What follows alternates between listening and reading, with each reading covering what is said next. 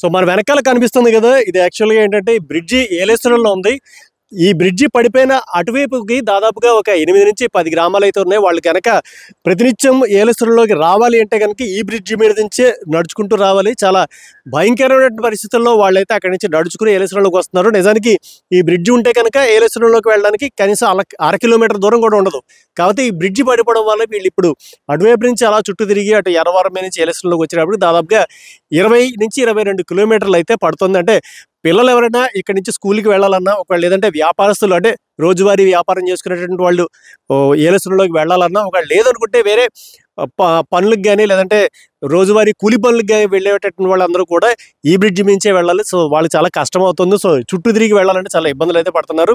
So ఈ పడిపోయినటువంటి bridge తాలూకా కింద ఉన్నటువంటి ఈ ప్రాజెక్ట్ ఏదైతే ఉందో, మొన్న వచ్చినటువంటి వరదల్లో ఈ ఏలేరు కాలువ ఇది ఇక్కడ నుంచి లాస్ట్ టైం పిఠాపురం మునిగిపోవడానికి కూడా కారణం ఏంటంటే ఈ కాలువే. సో దీనికి ఫ్లోటింగ్ ఎక్కువ అవడం వల్ల ఆ బ్రిడ్జికి ఆ మధ్యలో ఉన్నటువంటి కొన్ని స్తంభాలు అయితే కుంగిపోయి పడిపోవడంతో బ్రిడ్జి కూడా పడిపోయింది. సో మీరు వెనకాల చూస్తే కొంతమంది నడుచుకుని వెళ్తున్నారు.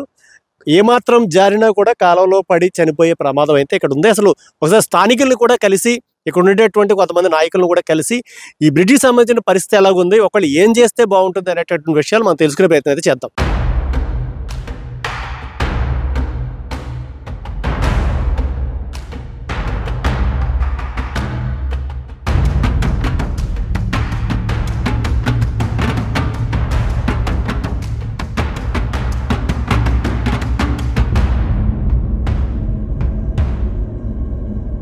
నిత్యం ఈ బ్రిడ్జి నుంచి వెళ్ళేటటువంటి వాహనదారులు అయితే ఇక్కడ పార్క్ చేసేసుకుని నడుచుకుని వెళ్లాల్సినటువంటి పరిస్థితి అయితే ఉంది. ఒకళ్ళు నడిచి వచ్చేటటువంటి వాళ్ళు కానీ సైకిల్ మీద వెళ్ళే వాళ్ళు అయితే కనుక రిస్క్ చేసి అయితే వెళ్తున్నారు. ఒకసారి మనం కూడా ఆ బ్రిడ్జి మీదకి వెళ్ళి అక్కడ ఉండే పరిస్థితి ఎలా ఉంది అనేటటువంటిది మీకు చూపించే ప్రయత్నాలు చేస్తారు. ఒకసారి రండి. సో దాదాపుగా అంటే ఇక్కడ ఈ బ్రిడ్జి నుంచి ఎవరు వెళ్లకుండా ఇక్కడ ఇలాగైతే ఐరన్ తోటి ఒక బారికేటర్ లాగా అయితే కట్టారు. అంతేకాకుండా ఈ మధ్యకాలంలో అక్కడికి ఈ బ్రిడ్జి ఎప్పుడైతే పడిపోయిందో ఆ ఊర్లోకి మంచినీటి సౌకర్యానికి సంబంధించిన పైపులు కూడా కట్టాయి. కాబట్టి ఇక్కడ కనబడుతున్నటువంటి ఈ పైప్ ద్వారా కొత్తగా అయితే ఇది వేశారు. దీని నుంచి మంచినీళ్ళు అయితే ఆ ఊర్లోకి అయితే సప్లై చేస్తున్నారు. సో కరెంటును కూడా పునరుద్ధరించారని చెప్పేసి అంటున్నారు. సో ఒకసారి అసలు ఆ బ్రిడ్జి అక్కడ చిగురు వరకు వెళ్ళి ఎలా ఉందో చూపించే ప్రయత్నం అయితే చేస్తాను.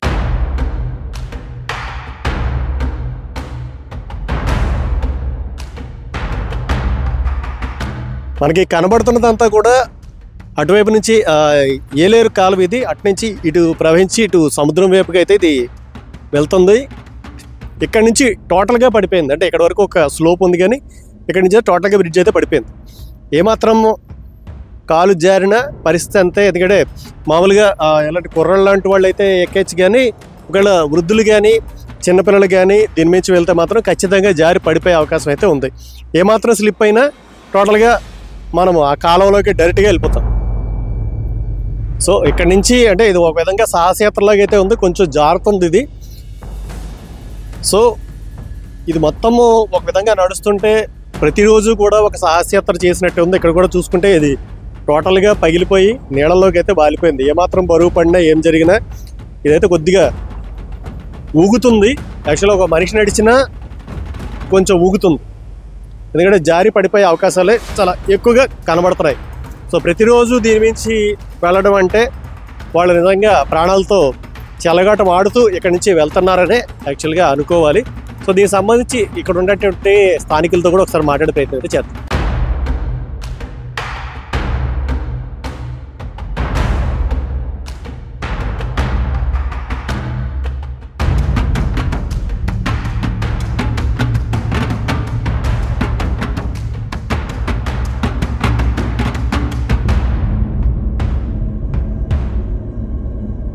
సో ఇక్కడ ఒక మహిళ ఉన్నారు పిల్లలతో పాటు. ఇప్పుడే ఆవిడ బ్రిడ్జ్ దాటి ఊళ్ళోకి అయితే వెళ్తున్నారు. అమ్మ ఏంటి అసలు మీ ప్రాబ్లం ఎలాగుంది? రోజు ఎక్కడి నుంచి వస్తున్నారు, మీరు ఎక్కడికి వెళ్ళాలి అసలు? మేమైతే దిబ్బల్లోకి పైకి ఊర్లోకి వెళ్ళాలండి. నేను రోజే మార్కెట్కి వెళ్ళాలని ఎక్కడికి వెళ్ళాలని ఇలాగే ఇబ్బంది పడుతూ వెళ్ళాలి. సంవత్సరం అప్పట్లోనే పడిపోయిందండి. అంటే అలా చిన్న చిన్న మరమ్మతులు చేసి వదిలేశారు. ఈసారి వరదలకు మొత్తం పడిపోయింది. మొత్తం పడిపోయింది. అంటే ఎవరైనా వచ్చారా అధికారులు కానీ ఎవరైనా వచ్చారు? వచ్చారు మరి వాళ్ళు మాట్లాడుకుని మనకు తెలియదు కదండి, చూసుకొని వెళ్ళారు. అంటే ఇప్పుడు మీకు ఊళ్ళోకి ఏమైనా కరెంటు, మంచినీళ్ళు అలాంటివి ఏమైనా వస్తున్నాయి? కూరగాయలు కానీ ఇంకోటి కానీ ఇంకోటి కానీ కూరగాయలు మంచినీళ్ళు అవి ఏమీ రావండి. నీళ్ళు అంటే మనం ఈ ప్రాజెక్ట్ నీరే తాగుతారు. కాయగూరలు ఏమీ రావు, మనం మార్కెట్కి వెళ్ళి తెచ్చుకోవాల్సిందే నడకన. సో అది కూడా ఇలాగే ఇదే దారిని వెళ్ళాలి. ఇక్కడ నుంచి మనకు ఒంట్లోకి బాగాలేదని హాస్పిటల్కి వెళ్ళాలని ఈ దారికే వెళ్ళాలి, ఈ దారికే వెళ్ళాలండి. ప్రస్తుతానికి ఆ లోపల ఉన్నటువంటి గ్రామానికి చెందినటువంటి ఒక రైతు ఒక ఆయన మనతో ఉన్నారు. సో ఆయన కూడా అడిగి వాళ్ళు పడుతున్నటువంటి ప్రాబ్లం ఏంటంటే బ్రిడ్జ్ కూలిపోవడం వల్ల ఏం జరుగుతుంది, ఏం నష్టం జరిగింది అనేటటువంటిది ఒకసారి మనం తెలుసుకుందాం. సార్ నమస్తే. ఏంటి అసలు ఈ బ్రిడ్జ్ పడిపోయిన తర్వాత నుంచి రాకపోకలు ఎలా సాగుతారు, అసలు మీ పరిస్థితి ఏంటి లోపల? అంటే ఇలా ఇక్కడ పడిపోయిన కాంచి ఇలా తంబాలు పట్టుకొని వెళ్ళడం ఆ రకంగా వెళ్తామండి. మొన్న ఏదో మట్టి వేసారని ఇప్పుడు మళ్ళీ ఇలా వెళ్తామండి. బ్రిడ్జి పడిపోయిందంటే మేము రోజు 4 పూటలు నడాలండి. ఇలాగ ఇంకా నడితేనే కానీ మన దూడలు గట్టా ఉన్నాయి. ఇంకా దాటి మీద ఇంకా పొద్దున్న లేచి అలా తిరగాల, నీళ్ళు గట్టా పోసుకోవాలి. మావిడాడి నుంచి ఆటో పెట్టుకున్నామండి. అలా రివర్స్ లో వస్తుంది. ఎన్ని కిలోమీటర్లు వస్తుంది? అలాగే వస్తుంది 10 వస్తుంది అనుకుంటా. 10 కిలోమీటర్లు తీసుకుంటున్నారండి. ఇక్కడ నుంచి అయితే తక్కువ తీసుకునేవారండి. అలా తిప్పి తీసుకెళ్ళడం కదండి, డబుల్ ఛార్జ్ తీసుకుంటున్నారు. అంటే రోజుకి ఎన్నిసార్లు వెళ్ళి వస్తుంటారా? ఒక 4-5 టైమ్స్ అలా వెళ్తామండి. మాకు అన్ని అక్కడండి. ఇంకా ఏది కావాలన్నా ఏలేశ్వరం వెళ్ళాలండి. ఇక్కడ అంత ఏమి ఉండదండి అప్పనపల్లి. అంటే ఈ బ్రిడ్జ్ పడిపోవడం వల్ల అంటే మీ బాధలు ఏంటో ఒకసారి తెలియజేయండి. బాధ పిల్లలకే బాగా ఇబ్బంది అయిపోతుందండి. ఏది కావాలన్నా ఒక మార్కెట్ అన్నా సరే ఏలేశ్వరం వెళ్ళాలండి. దానికోసం చాలా ఇబ్బంది ఉంటుందండి. పిల్లల కోసం చాలా టెన్షన్ వచ్చేస్తుందండి. మెయిన్ పిల్లలకి డబుల్ అయిపోతుందండి జర్నీ. అవేమో టర్నింగ్స్ అండి మావిడ అంతా కూడా. నైట్ జర్నీ, ఈవినింగ్ ఏమో లేట్ అయిపోతుందండి. దానికోసం కూడా చాలా టెన్షన్ ఉంటుంది. సో మనతోటి స్థానిక గ్రామస్తులు కూడా ఒక ఆయన ఉన్నారు. సార్ ఆయన కూడా ఒకసారి కనుక్కుందాం. సార్ నమస్తే. ఏంటి అసలు అంటే ఈ బ్రిడ్జ్ ఎప్పుడు పడిపోయింది, పడిపోయినప్పటి నుంచి మీరు ఎదుర్కొంటున్న సమస్యలు ఏంటి? సార్ అప్పుడే సంవత్సరం నుంచి కూడా పోయినసారి కలెక్టర్గా వచ్చారండి. కలెక్టర్గా వచ్చి మొత్తం బ్రిడ్జి ఒకసారి ఈ పక్క కూలిపోతుంది సార్. ముందు కూలిపోతే జనం రాకపోకలు నెలలు ఆగిపోరు సార్. ఆగిపోతే మళ్ళీ కలెక్టర్ వచ్చి శాంక్షన్ అయిపోయి చెప్పి 13 కోట్లు అని చెప్పి కలెక్టర్గా చెప్పారు సార్. చెప్పి కూడా అప్పుడు నుంచి ఎలాగంటే మళ్ళీ ఎండాకాలం రావడంతో ఇంకా అధికారులు ఎవరో పడుచుకోలేదండి. మళ్ళీ మళ్ళీ వర్షాకాలం మళ్ళీ స్టార్ట్ అయిపోయింది సార్. స్టార్ట్ అయిపోయాక మళ్ళీ మామూలుగా యథావిధిగా ఇంచుమించు ఇలాగా అప్పనపాలెం, పట్టం, ఇరుపాక, మామిడాడ ఒక 6 గ్రామాల నుంచి ప్రజలు 1,00,000 వరకు సంతకు వస్తారు సార్. సంత కూడా అవ్వట్లేదండి. ఇలా తిరిగి రావాలంటే ఇంచుమించు 10 కిలోమీటర్లు రావాలి సార్. చాలా ఇబ్బంది పడుతున్నామండి. మా అమ్మగారికి ఒంట్లో బాగాలేదండి. ఇక్కడ కాలు అవ్వకండి ఆవిడకి. ట్యాబ్లెట్కి వెళ్ళాలంటే ఒక బండి ఉండొచ్చు, బండి ఉండకపోవచ్చు అండి. పరిస్థితి ఏంటండి, చాలా మంది బాధపడుతున్నారండి. ఎవరంటే చెప్పుకోలేక కక్కలేక మేము అలా ఇబ్బంది పడుతున్నారు సార్. అదే జరిగిన విషయం అండి. చాలా ఇబ్బంది పడుతున్నాం సార్. అంటే ఇది ఇంత ముందు ఎప్పుడు పడిపోయింది? ఇది ఇంత ముందు 1 year క్రితం సేమ్ సీటు సేమ్ వర్షాకాలం వస్తుంది సార్. దీని ప్రాబ్లం అంతానే వర్షాకాలం రావడం, ఇలా మట్టి వేయడం, ఆ తాత్కాలికంగా 10 రోజులు గడిచేయడం, మళ్ళీ మామూలుగా అలా వదిలేదు సార్. అప్పుడే 2 ఏళ్ళ నుంచి అలా అవుతుంది సార్. ఇది అంటే ఆల్రెడీ గతంలో ఒకసారి ఇది కుంగిపోయినప్పుడు కలెక్టర్ గారికి అదే ఫిర్యాదు చేయడం జరిగింది అని చెప్తున్నారు. సో అప్పుడే పట్టించుకుని ఉంటే మేబీ మొన్న వచ్చిన వరదలకి మేబీ కొంతవరకు ఆ బ్రిడ్జ్ ఆగి ఉండేది. కాకపోతే దాన్ని అశ్రద్ధ చేయడం వల్ల ప్రస్తుతానికి ఉన్నటువంటి పరిస్థితి అయితే ఇలాగైతే తయారైంది. సో మేము ఆ గ్రామంలోంచి బయటికి ఒకవేళ వైద్య నిమిత్తం వెళ్ళాలన్నా, విద్య నిమిత్తం వెళ్ళాలన్నా, కూరగాయలు తెచ్చుకోవాలన్నా, నిత్యావసరాల గురించి వెళ్ళాలన్నా, కూలి పనులకు వెళ్ళాలన్నా కూడా ఈ బ్రిడ్జ్ మీద నుంచే వెళ్ళాలి. సో ఇది ప్రాణాంతకంగా మారింది. దీనికి సంబంధించి తగు చర్యలు వెంటనే తీసుకుంటే కనుక ఈ 6 గ్రామాలు లేదంటే ఒక 8 గ్రామాల యొక్క పరిస్థితిని మీరు సరిదిద్దినటువంటి వాళ్ళు అవుతారని చెప్పేసి ఇక్కడ గ్రామస్తులు అయితే వాపోతున్నారు. మట్టి కూడా సార్ అందులో గ్రామస్తులు తీసుకున్నాం సార్. మట్టి కూడా సార్ ఇది ఈ గొయ్యి కూడా మట్టి పాలుళ్ళు, ఆ చిన్నపిల్లలకి ఆడోళ్ళు వెళ్ళక నా పక్క ఇబ్బంది పడుతుంది. ముసలోళ్ళు, మొక్కోళ్ళు తలకు 5 వేసి మట్టి వేస్తున్నారు. గొయ్యి కప్పెడతారు సార్. ఈ గొయ్యిలో ముందు అటుపక్క వెళ్తే కూడా ఇబ్బంది అయ్యింది సార్. సో ఇందులో ప్రభుత్వ సౌకర్యం లేదు, మీరు మీ సొంత ఖర్చు ఏం లేదు సార్. మట్టి అది ఊళ్ళో అందరికి వెళ్ళి తలకు 5 వేసుకుని మట్టి వేసారు సార్. ఇది పెద్దవాడు కూడా ఉన్నారు. అమ్మా మీరు రోజు ఇలాగే వెళ్ళి వస్తున్నారా? ఇలాగా సార్ అంటే మరి మీ భయం వేయట్లేదా? మీరు ఏకంగా దూక్కుంటూ వచ్చేస్తున్నారు. ఏం భయం ఏంటి సార్, మరి ఏం చేస్తాం, వెళ్ళి అవకాశం ఉండలేదు. చుట్టూ తిరగాలంటే చాలా దూరం. అంటే మీరు ఏం చేస్తారో ఎందుకు వెళ్ళి వస్తున్నారు మీరు అలాగా? ఇక్కడికి రావణపేట పని ఉండి వెళ్ళాను సార్. ఏ పని మీద? కాదండి, పనసంకాయ రావడానికి భయంకరంగా ఉందన్నది. మరి కూరగాయలు రావడానికనే ప్రతి పనికి ఇక్కడి నుంచే రావాలండి. దేనికన్నా వాళ్ళకి అప్పనపాలెం వాళ్ళకి మార్గం లేదండి. మరి ఈ కొట్టు మించి వెళ్ళాలండి. ఏ మార్గం అన్నా మరి అధికారులు చూస్తానన్నారు, మరి మాకేమి చూడలేదండి. అక్కడి నుంచి అలాగే అక్కడి నుంచి వస్తున్నామండి. ముగ్గురు వస్తున్నామండి. బాగా చేస్తాం. భయం వేస్తున్నాం ఏంటండి, చేసే పట్టుకొని వచ్చేస్తున్నామండి. ఏదన్నా అవసరం ఉన్నప్పుడల్లా మరి అవతలకి వెళ్ళి తెచ్చుకోకపోతే ఎలాగండి? అవతలకి వెళ్ళడానికి ఇబ్బంది పడిపోతున్నారు అనేసి బళ్ళు ఉన్న వాళ్ళు అరవరం నుంచి వెళ్ళి తెచ్చుకుంటున్నారండి. లేని పరిస్థితి అండి. నీరు నడిచి వెళ్ళినా కన్నా ఒకవేళ ఇంకా బాగా నీరు పులుగుంటే తిన్నా తిండే ఉండదండి. మాకు అవతలకి వెళ్తేనే తెచ్చుకోవాలండి, లేకపోతే లేదు. ఏ పరిస్థితిలో తెచ్చుకుంటామండి. అలాగని ఇంకెక్కడికి వెళ్ళనట్లేదండి. కట్టెకి ఒకరికొకరు సాయం పట్టుకొని వెళ్ళి తెచ్చుకోవడం రావటం ఎలాగెళ్ళాలో కూడా మాకు అర్థం అవుతలేదండి. ఒక్కొక్కరు రావడానికి అయితే చాలా ఇబ్బంది అండి. ఇప్పుడు ఏం చేస్తారో మరి, మీరు ఏదో ఒకటి అధికారం చేసి ఈ బ్రిడ్జి కడతారో మానేస్తారో అన్నది కూడా అసలు మొదట్లో మనం పడిపోయేటప్పుడే చూడాలండి. మొత్తానికి ఒరిగిపోయిందండి, ఎవరు పట్టించుకోవట్లేదు. ఇప్పుడు ఈ కాలం ఇంక నిత్యం అలా పారుతూనే ఉంటుందండి. మరి ఏ రోజు కూడా కట్టినట్టుగా ఉండదు. ఇది కడతారో మానేస్తారో అన్నది కూడా ఎవరికి తెలియలేదు. మాట ఇంకా కొంచెం నీరు ఎక్కువైంది అనుకోండి, ఎవరికి కూడా కూడా భోజనం కానీ ఏమి ఉండదు, పైగిరుసులు కానీ ఏమి ఉండవండి. బళ్ళు ఉన్న వాళ్ళు అలా పోతున్నారని లేని పరిస్థితి. ఇప్పుడు ఏం చేస్తారో మీకు లడ్డోళ్ళు ఆలోచించాలండి. మాకు లడ్డోళ్ళకి ఏం తెలుస్తుందండి, చదువు లేని వాళ్ళకి. మాకు ఏదైనా సరే చిన్నదానికి పెద్దానికి అవసరం సార్. అంత మాటికి ఇంక ఇటే సార్ మాకు దారి కూడా, ఇంకా అటు వెళ్ళినా కూడా ఎటు మార్గం లేదు సార్. కొద్దిగా మీరే చూసి ఇదంతా లైన్ చేసి మొత్తం ఇది చేసి ఏర్పాటు చేశారంటే సార్ ఎంతన్నా మీకే సార్. కొంచెం చూడండి సార్, ఎందుకంటే ప్రతిదీని ఒకటే కదా సార్, కూరగాయలు కొనుక్కోవాలి సార్. చేపలన్నా మాసం చేపలు ఏదన్నా ఇప్పుడు ఒక డాక్టర్ గారి దగ్గరికి వెళ్ళాలన్నా, ఆరోగ్య డాక్టర్ గారి దగ్గర ఎలాగ వెళ్ళాలి సార్. అప్పుడు మేము ప్రతిదానికి ఒకదానికే కదా సార్, ప్రతిదీ మాకు ఇదే అవసరం సార్. ఇక ఈ బ్రిడ్జి ఎప్పటి నుంచో పడిపోయింది సార్, చూస్తూనే ఉన్నారు. అందరు పెద్దలు కూడా వచ్చారండి, మన రాజుగారు అలా భార్య కూడా, ఎమ్మెల్యే గారు కూడా వచ్చి చూసారండి, మీటింగ్ అయ్యి పెట్టారు, అది వేస్తానని చెప్పారండి. కొద్దిగా చూసి కొద్దిగా లైన్ చేసిండి మాకు. సో మనతోటి స్థానిక జనసేన నాయకులు ఉన్నారు, ఒకసారి ఆయన కూడా అడుగుదాం. సార్ ఏంటి ఇప్పుడు ఈ పక్కన ఉన్నటువంటి ఈ గ్రామస్తులు ఎవరైతే ఉన్నారో వెళ్ళడానికి చాలా ఇబ్బందులు పడుతున్నారు. బ్రిడ్జి ఇంత ముందు ఆల్రెడీ ఒకసారి పడిపోయినప్పుడు మేమైతే తెలియజేసాము, గత ప్రభుత్వానికి అయి ఉంటుంది ఆ టైంలో. సో వాళ్ళే పట్టించుకోలేదు, కలెక్టర్ గారికి కూడా మేము చెప్పాము. అప్పుడే ఒకవేళ చేసుంటే అంటే ఏమైనా చర్యలు తీసుకుని ఉంటే ఇప్పుడు ఈ పరిస్థితి ఉండేది కాదు. సో మాకైతే తినడానికి తిండి కూడా రాదు. ఇక్కడ నుంచి కొంచెం ఫ్లోటింగ్ పెరిగితే కనుక మొత్తానికి ఇదంతా కొట్టుకుపోతే ఏం చేయాలో మాకు తెలియట్లేదు అని చెప్పి అయితే వాళ్ళు అంటున్నారు. అసలు ఏంటి దీని వాస్తవ పరిస్థితి ఏంటి, అసలు ఎప్పుడు మొదలైంది, ఎందుకు ఇలా జరుగుతుంది? అంటే యాక్చువల్గా ఏంటంటే సార్, ఇది 2000లో స్టార్ట్ చేశారు సార్. అంటే ఆల్మోస్ట్ ఇది కన్స్ట్రక్షన్ చేసి 24 years అవుతుంది. అప్పుడు 98 లక్షలు ఎంత అనుకుంటాను ఈ బ్రిడ్జ్ కన్స్ట్రక్షన్ చేయడానికి. అప్పుడు తెలుగుదేశం గవర్నమెంట్లో అనుకుంటాను అప్పుడు జరిగింది. కన్స్ట్రక్షన్ జరిగి ఆల్మోస్ట్ 24 years అవుతుంది. నాకు తెలిసి ఇది 2 years బ్యాక్ అనుకుంటాను, 2 years బ్యాక్ 3 years బ్యాక్ ఇది కొంచెం కృంగిపోయింది సార్. యాక్చువల్గా ఈ మొత్తం ఉండేది ఈ పక్కన కొంచెం డౌన్ అయిపోయి కొంచెం బాగా బ్యాలెన్స్ ఇబ్బంది అయింది. అంటే రాకపోకలకు ఇబ్బంది అయిందండి. యాక్చువల్ వెహికల్స్ వెళ్ళటం ఇలాంటి ఇబ్బంది కొద్ది రోజులు బంద్ చేశారు. తర్వాత వాళ్ళకి అవకాశం లేదండి, ఎందుకంటే అప్పనపాలెం అంటే ఏలసలో అదొక పార్ట్ అనమాట. అంటే 8వ వార్డు అవుతుంది. ఆ పార్ట్ అయితే వాళ్ళు ఏంటంటే ఉదయం లెగిస్తే వాళ్ళకి ఏం కావాలన్నా, లైక్ కూరగాయలు కావాలన్నా, ఒక కిరాణా కావాలన్నా, హాస్పిటల్కి వెళ్ళాలన్నా, పిల్లలు స్కూల్స్కి వెళ్ళాలన్నా, పెద్దలు ఎవరైనా కాలేజీకి వెళ్ళాలన్నా, ఎవరికి ఏం కావాలన్నా ఉదయం లెగిస్తే వాళ్ళు ఏలేసలు వచ్చి కొనుక్కోవాలి. అప్పనపాలెంలో అన్ని షాపులన్నీ అవైలబిలిటీ ఉంటుంది. ఎందుకంటే అదొక పార్ట్ అంతే. వాళ్ళు ఉదయం లెగిస్తే ఏలేసలు వస్తేనే వాళ్ళకి ఏమైనా సరే వాళ్ళు బతకాలన్నా. అంటే ఏలేసలు వచ్చి బతికే వాళ్ళు చాలా మంది ఉంటారండి. వ్యాపారాలు చేసుకొని లేకపోతే కొన్ని అక్కడ తెచ్చుకొని ఇక్కడ అమ్ముకోవటం, లేకపోతే వీళ్ళందరూ అక్కడికి వచ్చి ఏ పనులు చేసుకోవడం, ఇవన్నీ జరుగుతూ ఉంటాయి. అయితే ఇక్కడ జరిగింది ఏంటంటే సార్, లాస్ట్ టైం ముందు వైఎస్ఆర్పీ గవర్నమెంట్ ఉండదు, వైసీపీ గవర్నమెంట్ ఉన్నప్పుడు ఇవన్నీ వాళ్ళ ముందుకు తీసుకెళ్ళాం. ఈ బ్రిడ్జ్ మీద సోషల్ మీడియాలో పెట్టాం, కలెక్టర్ గారికి రిక్వెస్ట్ చేసాం, ముందు ఎమ్మెల్యే గారు కూడా ఇవన్నీ చెప్పాం. వచ్చారు, చూసి వెళ్ళిపోయారు తప్ప ఎవరు పట్టించుకోలేదు. అయిపోయింది. నెక్స్ట్ మొన్న రీసెంట్గా వచ్చిందండి, 2 months 1 month బ్యాక్ అనుకుంటా. అప్పుడు పూర్తిగా బాగా వరద ఎక్కువైంది. అప్పుడు మనకి ఎంత ముప్పు జరిగింది కదా, ఏలేరు కాలం వల్ల మొత్తం ముప్పు అంతా జరిగింది. ఏం జరిగిందంటే జరగటం ఇది బాగా ఫ్లో ఎక్కువైపోయి మొత్తం ఇదంతా బ్రిడ్జ్ టోటల్గా మొత్తం అంతా కొలాప్స్ అయిపోయింది అనమాట.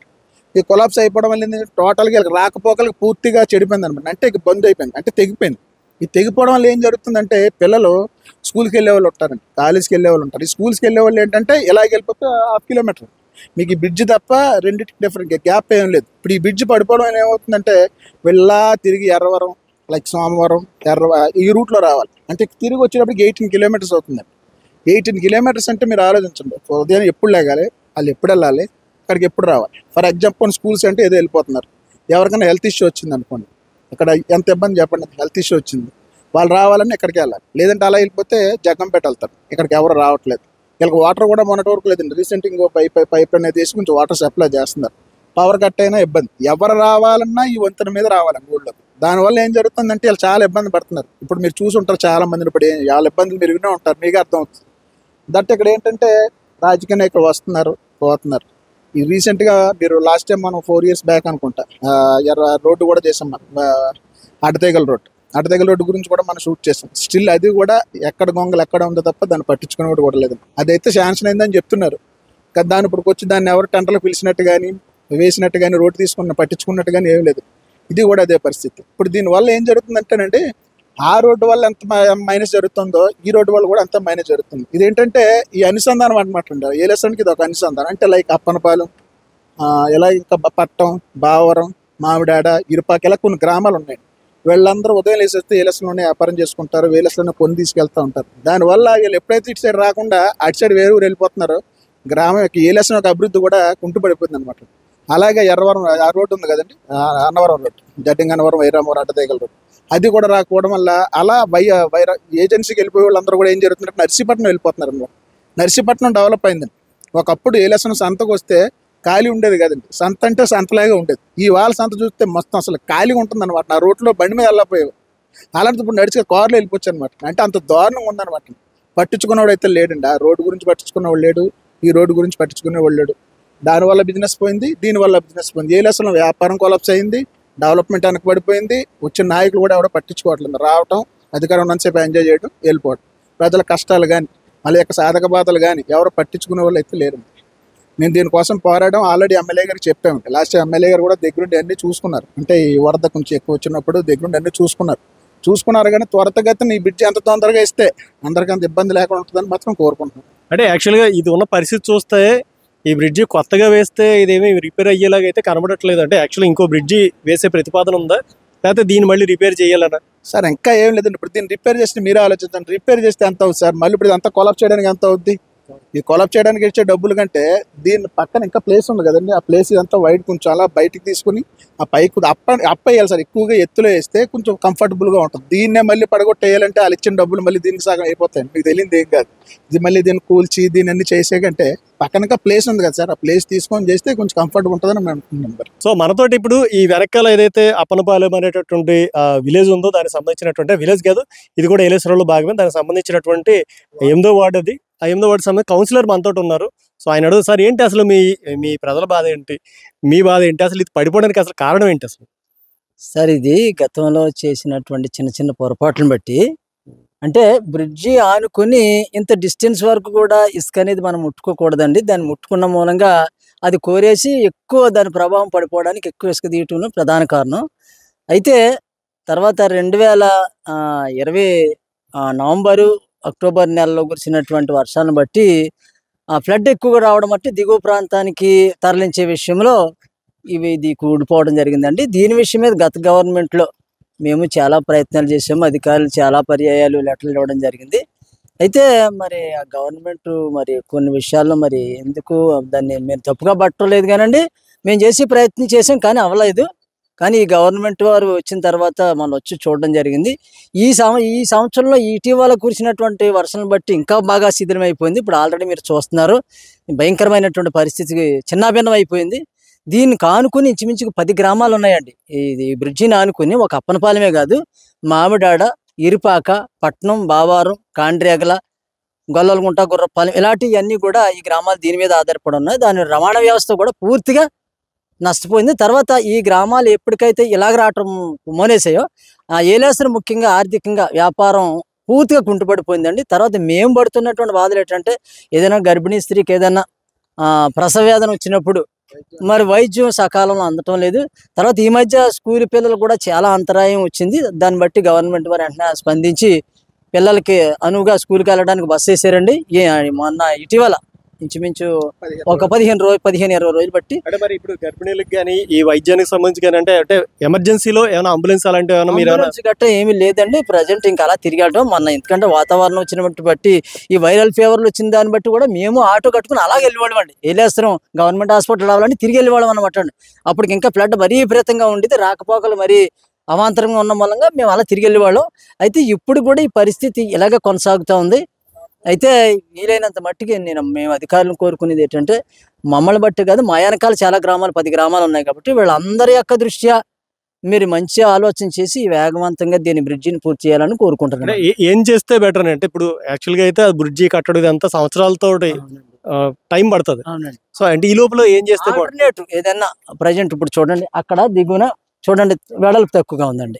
అక్కడ వెడల్పు తక్కువ ఉంది అంటే ఇంచుమించు 10-15 తోరలు వేసి మామూలుగా చేస్తే ఇంక మళ్ళీ వర్షాకాలం వచ్చే వరకు కూడా ఇంక వర్షం నీరు వచ్చే పద్ధతి లేదు కదండి, వర్షాలు తగ్గిపోతాయి, విడిచిపెట్టరు. కాబట్టి రాకపోకలకు అంతరాయం లేకుండా జరిగిపోతుంది అని మా ఆలోచన. అక్కడండి ఏంటండి, అదే కాదండి, అదే 15 తోరలు వేసండి, దాని మీద మట్టి వేసామనుకోండి ఇంకా రాకపోకలకి పెద్ద ఇబ్బంది ఉండదు. ఇది జుత్తి శిథిలమైపోయింది ఏమో, ఏ క్షణాన్ని ఎలా ఉంటుందో తెలియదు ఇది. కాబట్టి ఇప్పుడు ఉన్నటువంటి ఆప్షన్ ఒకటే, అక్కడ ఇంత పెద్ద బ్రిడ్జ్ కట్టక లేకుండా అక్కడ ఒక 10-15 తోరలు వేస్తే కనుక తక్కువ ఆల్టర్నేటివ్ అన్నమాట అండి. అది శాశ్వతం కాదు, ప్రజెంట్ రాకపోకలకు ఇబ్బంది లేకుండా జరిగిపోద్ది. చూసారా ఇరుపాకులో మన నెహ్రూ గారు కూడా చేశారు ఇలాంటి ప్రక్రియ. అలాంటిది ఏదైనా చేస్తే వీలైనంత మట్టికి సాల్వ్ అవుతుందండి రాకపోకలు. అదే దాన్ని మాత్రం మేము కోరుకుంటున్నాం. ఆ విషయంలో గవర్నమెంట్ వారు తగు చర్య తీసుకోవాలని కోరుకుంటున్నాం. సో చూస్తున్నారు కదా, యాక్చువల్గా గతంలో మనం వచ్చినట్టు వరదలకి చెట్లన్నీ కూడా వచ్చి ఈ బ్రిడ్జికి ఇరుక్కుని పోయి అది కూడా మనకు కనబడుతున్నాయి. సో వెనకాలైతే కొన్ని ఘాట్లు కట్టారు, ఆ ఘాట్లు కూడా విరిగి పడిపోయి చాలా వరకు ప్రజాధనం కూడా చాలా వేస్ట్ అవుతుంది ఇక్కడైతే కనబడుతుంది. దాని బదులు అదేదో ఈ బ్రిడ్జి మీద ఖర్చు పెడితే అక్కడ రాకపోకలకి కాదు, అంటే ఇది పడిపోవడం వల్ల అటు ఉన్నటువంటి గ్రామాల్లో ఉన్నటువంటి వ్యాపారమే కాదు, ఆ గ్రామాల నుంచి ఏలేశ్వరానికి వచ్చినటువంటి వ్యాపారం కూడా ఆగిపోయింది. కాబట్టి నష్టం 2 వైపులు ఉంది. కాబట్టి అధికారులు కానీ స్థానికంగా ఉన్నటువంటి రాజకీయ నాయకులు కానీ సత్వరమే స్పందించి దీనికి ఒక పరిష్కారం చూపించాలని అటు గ్రామస్తులు కానీ ఇటు మిగతా బాధపడుతున్నటువంటి రైతులు కానీ మిగతా స్థానికులు కానీ అందరూ కూడా కోరుతున్నారు. సో ఈ Surya from D5 with cameraman Raghu.